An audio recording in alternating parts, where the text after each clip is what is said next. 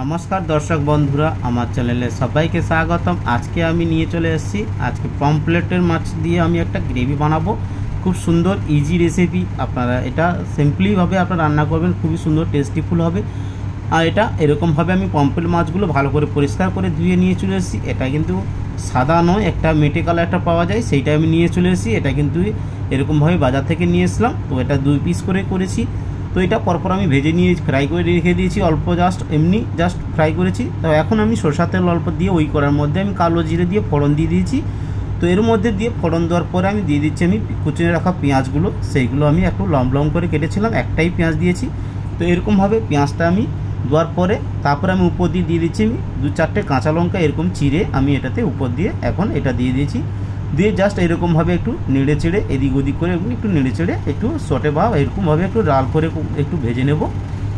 তো জাস্ট এরকমভাবে আমি একটু নেড়ে চেড়ে ভেজে নিয়েছি। পাঁপড়িগুলো এরকমভাবে খুলে গেছে, তো সুন্দর এরকম লং লং হয়ে থাকবে। তো এখন আমি চলে এসেছি এর মধ্যে। এবার আমি এটাতে একটু আমি টমাটম কেটে রেখেছিলাম, স্লাইস করে কেটেছিলাম, সেটা এখন দিয়ে দিয়েছি আমি। এরপরে আমি একটাই টমাটম কেটেছি, এরকমভাবে জাস্ট নাইস করে আমি না কেটে এরকম একটু মিডিয়ামভাবে কেটে রেখেছিলাম। তো সেটাও এরকমভাবে আমি একটু নেড়ে চেড়ে সফট বা একটু নরম করে নেব। আর টমাটমটা এমনিতেই তেলে দিলে নরম হয়ে যাবে, তার জন্য অল্প একটু লবণ আমি এর মধ্যে আমি অ্যাড করে দেবো, যাতে তাড়াতাড়ি এটা গলে যায়। তো এরকমভাবে আমি একটু নেড়ে চেড়ে আমি এটা ভালোভাবে রেখে দিয়েছি। তো এটার মধ্যে আমি দিয়ে দিচ্ছি জাস্ট অল্পখানি লবণ, বেশি লবণ দেবো না। তো এটা লবণ দিয়ে আমি এটাতে এরকমভাবে নেড়ে চেড়ে রেখে দিয়েছি। তো এরপরে আমি দিয়ে দিচ্ছি আমি একটুখানি হলুদ গুঁড়ো। তো এইটার মধ্যে আমি দিয়ে দিচ্ছি অল্পখানি একটু হলুদ গুঁড়ো। আর মশলার মধ্যে আমি এটা আর একটু নেড়ে চেড়ে নেব। যেহেতু আমি মাছের কিন্তু আমি মশলাতে মধ্যে আমি হলুদ লবণ দিয়ে এটা ম্যাগনেশন করে রেখে দিয়েছিলাম। তো এটা ভালো করে মিক্স করে রেখে দিয়েছি। মিক্স করার পরে তো এটা আরেকটু হয়ে যাবে, দেখুন কি সুন্দর, দেখতেও সুন্দর লাগছে। এরপর আমি বেটে রেখেছিলাম কিন্তু সাদা সর্ষে আর একটু চাল মগজ একসঙ্গে মিক্স করে আমি এটাতে বেটে রেখে দিয়েছিলাম। তো এটা ভালো করে পেস্ট করে রেখে দেওয়ার পরে তো এরকমভাবে আমি এটাতে অ্যাড করে দিয়েছি।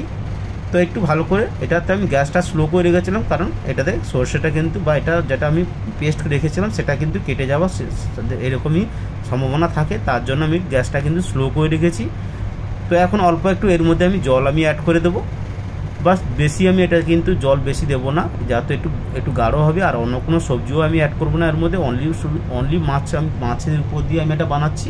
তো এখন এটাতে আমি এটা বয়েল আসার জন্য আমি একটু ওয়েট করছি। এটাতে একটু স্লো করে রেখেছিলাম গ্যাসটা, যেহেতু একটু বয়েল চলে এসে দেখুন একটু এরকমভাবে বগলস চলে এসেছে বা এরকম। তারপরে আমি মাছটা আমি যেহেতু আগে থেকে আমি বানিয়ে রেখেছিলাম, তো সেটা আমি তাড়াতাড়ি আমি দিয়ে দিচ্ছি। কাঁচা অবস্থায় দিচ্ছি, কিন্তু আধা আমি ভেজেছিলাম আধা রেখেছিলাম, সেরকমই কাঁচা অবস্থায় দিয়ে দিচ্ছি যাতে তাড়াতাড়ি মাছটা সিদ্ধ হয়ে যায়। তো এরকমভাবে দিয়ে দিয়েছি। আর মাছটাকে দেওয়ার পরে তো বেশি আর নাড়াচাড়া যাবে না, কারণ পমফ্লেট মাছ তো অলরেডি ভেঙেই যাবে, প্রচুর নরম মাছ এটা। রেসিপিটা যদি ভালো লেগে থাকে লাইক, শেয়ার, কমেন্ট এবং সাবস্ক্রাইব করার অনুরোধ রইল। তো কমেন্ট করতে কিন্তু ভুলবেন না। রেসিপিটা খুবই ইজি রেসিপি, দেখুন কি সুন্দর হয়েছে। এরকমভাবে রেসিপিটা কিন্তু ভাপিয়ে কিন্তু বানাতে পারেন, এটাও খুবই সুন্দর।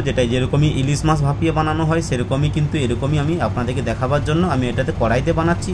দেখতেও খুব সুন্দর, জাস্ট এরকমই ভাপানো যেরকমই হয় সেরকমই রান্না হবে, আর দেখতেও খুব সুন্দর হয়েছে। এখন উপর দিয়ে আমি ঢাকনা দিয়ে দিয়েছি, যাতে একটু 2 থেকে 3 মিনিট আমি সিদ্ধ করে নেবো ভালোভাবে মাছটা। আর একটু গ্যাসটা আমি স্লো করে রেখে দেবো, কারণ এটা যাতে যেই আমি সরষা বাটা দিয়েছি তার জন্য এটা কেটে না যায়, তার জন্য এটা ফেটে যাওয়ার ভয় থাকে, তার জন্য আমি এটাতে আমি চাল মগজ বাটা দিয়েছিলাম।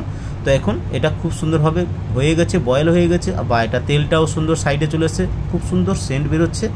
এখন টমাটমগুলো সুন্দর হয়ে গেছে। এখন আমি দেখাচ্ছি আপনাদেরকে মাছটা কীরকম হয়েছে, দেখুন। তো এক পিস আমি আপনাদেরকে তুলে দেখাচ্ছি, বয়েল হয়ে গেছে অলরেডি। আর মাছের পিসটা আমি বেশি নাড়াচাড়া করবো না, যাতে ভেঙে যাওয়ার চান্স থাকতে পারে।